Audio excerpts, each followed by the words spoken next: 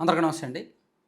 తమిళనాడులో విజయ్ పార్టీ పెట్టి ప్రభంజనం సృష్టించి గెలుపొందిన తర్వాత ఆంధ్రప్రదేశ్లో పవన్ కళ్యాణ్ గారి మీద వైసీపీ వాళ్ళు టార్గెట్ చేశారు, ట్రోల్స్ చేశారు.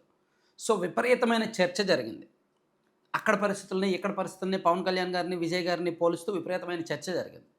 సో దీనికి పవన్ కళ్యాణ్ గారు దాదాపుగా 15 రోజుల నుంచి ఆ చర్చ జరుగుతుంటే నిన్న పవన్ కళ్యాణ్ గారు ఒక జనసేన ఉద్యమీలతో మీటింగ్ సందర్భంగా రెస్పాండ్ అయ్యారు. ఆయన ఏమన్నారు అనేది ఒకసారి విని దీన్ని కొంచెం సింపుల్గా అనలైజ్ చేస్తాను కీ పాయింట్స్తో. ఈ మధ్యన పక్క రాష్ట్రంలో అక్కడ ఒక పార్టీ పెట్టి విజయం సాధించి ముఖ్యమంత్రి అవగానే మన ఆంధ్రప్రదేశ్లో చాలా మంది మీరు కూడా అలా చేసి ఉండాల్సిందని చెప్పి నాకు తెగ మెసేజ్లు పంపిస్తా ఉన్నారు. ఊళ్ళో పెళ్లికి ఏదో హడావుడి ఉంటారు కదా, అంటే అంటే ఎలా ఉండదంటే మనకి సందులోనూ మన పెళ్లి జరుగుతూ ఉంటే మన ఊళ్ళో చిన్నపిల్లలు పరిగెడుతూ ఉంటారు, అటు ఇటు వాళ్ళ ఇంట్లో పెళ్లి అనుకున్నాడు. అరే ఆంధ్రప్రదేశ్ పరిస్థితులు వేరు. సరే వీళ్ళు చెప్పినట్టుగానే మనం కూర్చొని సో అక్కడ పరిస్థితులు వేరు, ఇక్కడ పరిస్థితులు వేరు అని పక్క రాష్ట్రంలో 2019 నిలబడ్డాం. ఎక్కడ పెట్టారు? 2 చోట్ల ఓడించారు కదా. పోనీ ఎవరైనా నిలబడ్డారు ఆ రోజున నాయకులు అంటే అందరూ పారిపోయారు కదా. సో అందుకని కంపారిజన్ పెట్టకండి. నిజంగా నేను పదవే నాకు ప్రధానం అనుకుంటప్పుడు 2008లోనే యూత్ వింగ్ కాదు ఎంపీగానే పోటీ చేశాను. 2014లో నేను ఎన్డీఏతో అలయన్స్లో ఉన్నప్పుడు నేను మల్కాజ్గిరి నుంచి ఎంపీగా పోటీ చేయాల్సి ఉంది. బట్ నేను ఏమనుకున్నానంటే, ఎందుకు చెప్తున్నాను ఇదంటే, నేను ఒక పార్టీని నడపాలి, ఇది సమాజంలో సో పవన్ కళ్యాణ్ గారు చెప్పిన వెర్షన్ అది. ఇక్కడ మనం అర్థం చేసుకోవాల్సిన అంశం ఏంటంటే, ఒకటి మాత్రం నిజం, విజయ్ అక్కడ రాజకీయాల్లోకి రావాలని దాదాపుగా 10-12 ఏళ్ల కిందటే నిర్ణయించుకున్నారు. సో అప్పటికే విజయ్కి విపరీతమైన ఫ్యాన్ బేస్ ఉంది. ఆ ఫ్యాన్స్ అభిమాన సంఘాలన్నింటినీ కూడా రాజకీయంగా యాక్టివేట్ చేశారు, కార్యక్రమాలు నిర్వహించారు, దానికి పొలిటికల్ ఫ్లేవర్ ఇచ్చారు. సో అక్కడ ఫ్యాన్స్నే కార్యకర్తలుగా మలుచుకున్నారు. వాటిల్లో రాజకీయ తృష్ణ, నాయకత్వ లక్షణాలు ఉన్న వాళ్ళని గుర్తించి నాయకులుగా అవకాశం ఇచ్చారు, ఎదగనిచ్చారు. సో వాళ్ళకి మండలాల వారీగా, డివిజన్ల వారీగా, బూతుల వారీగా బాధ్యతలు అప్పచెప్పారు. సో అట్లా ఒక యాక్షన్ ప్లాన్ అంతా కూడా 10 ఏళ్ల కిందటే ప్రిపేర్ చేసుకున్నారు. ఎప్పుడైతే జయలలిత, కరుణానిధి మరణం జరిగిందో వాళ్ళ తర్వాత అక్కడ పొలిటికల్గా ఒక వ్యాక్యూమ్ ఏర్పడిందో దాన్ని విజయ్ ఫుల్ఫిల్ చేసుకోవాలని గతంలోనే నిర్ణయించుకున్నారు. కాకపోతే సరైన టైం 2026 ఎన్నికలను భావించి ఈ ఎన్నికల్లో పోటీ చేశారు. ఈ ఎన్నికలకు 2 ఏళ్ల ముందు పార్టీ ప్రకటించి. అయితే ఇక్కడ పవన్ కళ్యాణ్ గారికి ఆ అవకాశం రాలేదు. ఎందుకంటే ప్రజారాజ్యం పార్టీ 2008లో చిరంజీవి గారు ప్రజారాజ్యం పార్టీ పెట్టేశారు. పెట్టిన తర్వాత 2009 ఎన్నికలకు వెళ్ళారు. అక్కడ 18 సీట్లు వచ్చాయి. ఆ తర్వాత ఒక 2 ఏళ్లకే ఆ పార్టీని కాంగ్రెస్ పార్టీలో విలీనం చేసేశారు. దాంతో మెగా ఫ్యాన్స్లో ఒక రకమైన నిరాసక్త, మెగా ఫ్యాన్స్లో కావచ్చు, ఆ సామాజిక వర్గంలో కావచ్చు, కొన్ని అంటే కాంగ్రెస్ ఏతర, తెలుగుదేశం పార్టీ ఏతర ఈ 2 పక్షాలకు సంబంధం లేని వర్గాల్లో 3వ వర్గాలు చిరంజీవి గారి మీద ఎన్నో హోప్స్ పెట్టుకుంటే అది ఆయన ఫుల్ఫిల్ చేయలేకపోయారు. సో పార్టీని నడపకుండా కాంగ్రెస్లో విలీనం చేసి ఆయన కేంద్ర మంత్రిగా వెళ్ళిపోయారు. ఆ ముద్ర, ఆ మరక పవన్ కళ్యాణ్ గారి మీద ఉంటుంది. అలా ఉండడంతో ఆయన 2014లో పోటీ చేయకుండా జస్ట్ ఎన్డీఏలో పొత్తులో జాయిన్ అయ్యారు. పార్టీ ప్రకటించారు, మా పార్టీ పోటీ చేయదు, టీడీపీకి బీజేపీతో పొత్తులో ఉండి వాళ్ళకి సపోర్ట్ చేస్తుందని చెప్పారు. సో అంటే ఇక్కడ పవన్ కళ్యాణ్ గారు 2014లో పార్టీ పెట్టిన తర్వాత 2019 ఆయన ఎన్నికలకు సింగిల్గా వెళ్ళారు కదా. అంటే 14 నుంచి 19 వరకు 5 ఏళ్ళు టైం ఉంది కదా. ఈ 5 ఏళ్లలో ఆయన పూర్తి స్థాయిలో పార్టీ నిర్మాణం మీద ఫోకస్ పెట్టాల. అది 2019లో దెబ్బతీసింది. విజయ్ 10 ఏళ్ల ప్రణాళికతో పనిచేసి ఫ్యాన్స్ని కార్యకర్తలుగా మలుచుకున్నాడు, నాయకులుగా మలుచుకున్నాడు. పవన్ కళ్యాణ్ గారికి కూడా అంతకంటే ఎక్కువ ఫ్యాన్ బేస్ ఉంటుంది. అండ్ ఆ కమ్యూనిటీలో విపరీతమైన రాజకీయ కాంక్ష ఉంది, మంచి నాయకత్వ లక్షణాలు ఉన్న వాళ్ళు, యువకులు ఉన్నారు.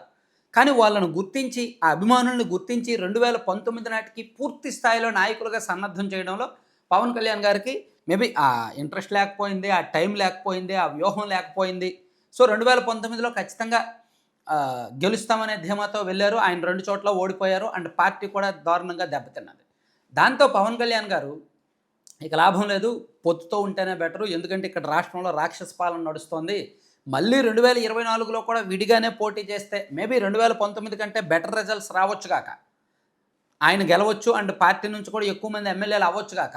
కానీ ఒకవేళ ఓట్లు చీలిపోయి ఆ ప్రభావం మళ్ళీ వైసీపీ మీద పడి వైసీపీ వాళ్ళు అధికారంలోకి వస్తే రాష్ట్రం నాశనం అయిపోద్దని ఆలోచించి పవన్ కళ్యాణ్ గారు టీడీపీతో పొత్తులోకి వెళ్ళారు.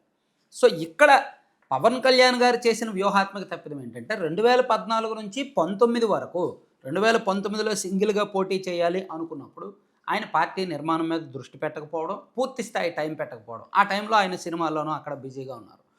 పాలిటిక్స్ చేశారు కానీ పార్ట్ టైం పాలిటిక్స్ చేశారు. 2018 నుంచి పూర్తి స్థాయిలో యాక్టివ్ అయ్యారు. 2014 నుంచి 17 వరకు కాస్త సైలెంట్గానే ఉన్నారు.